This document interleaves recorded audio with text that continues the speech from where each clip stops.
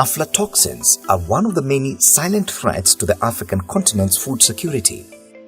This is now exacerbated by climate change, which is predicted to increase aflatoxin levels in food sources, causing serious economic and health problems. About 26,000 Africans living south of the Sahara die of liver cancer every year through chronic aflatoxin exposure. Contamination by aflatoxin of human food and animals occurs due to deficiencies in storage and post-harvest handling processes. The race is on by scientists across Africa to eliminate the aflatoxin problem. Professor Sheila Okoth is among the top African women scientists responding to the menace.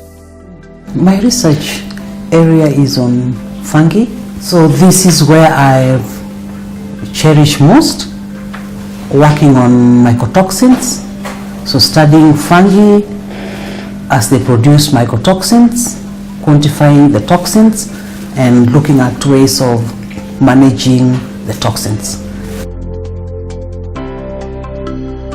I heard of the award fellowship in 2007 when the award team came to this campus, and we were invited to the hall and they made a presentation. And then I thought, why not? Let me try, because it came in with packages of leadership training and also an advanced science training out of your country, and that is what I was looking for. So I got my placement at Stellenbosch University. So when I landed at Stellenbosch University, again I had to pick up my leadership skills that I learned from award. So I spent the time visiting all those sections of the lab, taking photographs, writing notes. I asked them for their protocols. I photocopied the protocols. So the 2 weeks, it's not that I was doing nothing. Of course, to them, nobody was talking to me, but I spent it to map around. I even took a piece of paper and drew some funny architectural drawing of the lab, because I wanted to come back and make sure that I had something like that. I learned the skills of mycotoxin testings, fungal identifications using morphological methods and molecular techniques.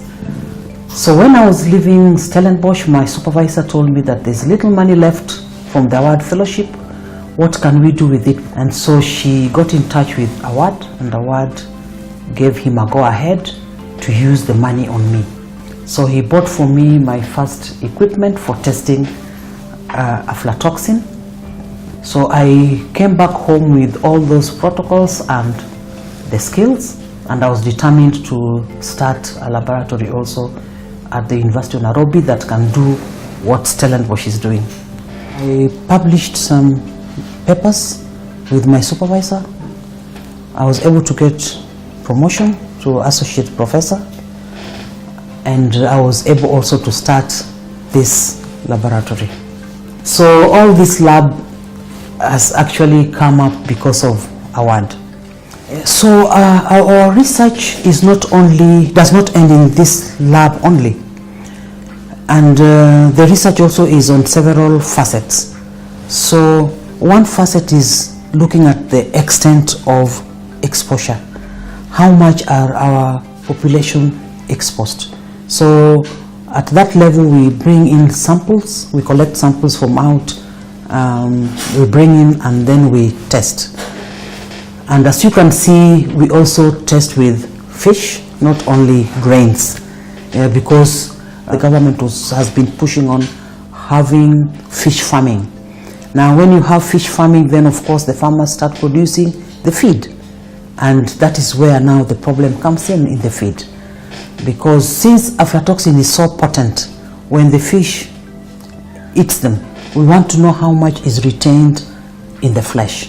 How does it affect the reproduction of the fish?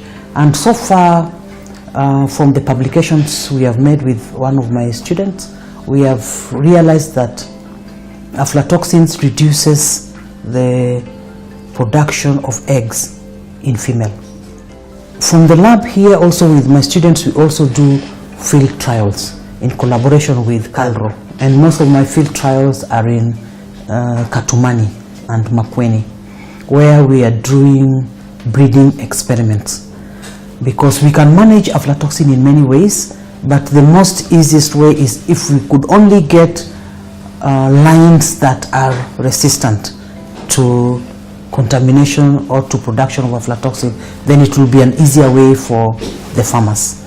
But we have also done other experiments on storage, because we know that most of contamination also happens during storage. So we advise farmers on how to harvest and dry and store their grains to prevent toxin accumulation. I have several students who come from other universities. One of them last year came from Belgium. He was here for 3 months. And I've had also 2 from Nigeria. I've also had some other technicians from other universities. The International Society of Mycotoxicology also started the African Society of Mycotoxicology. And my supervisor, AST supervisor, has been the president, and I was elected the vice president.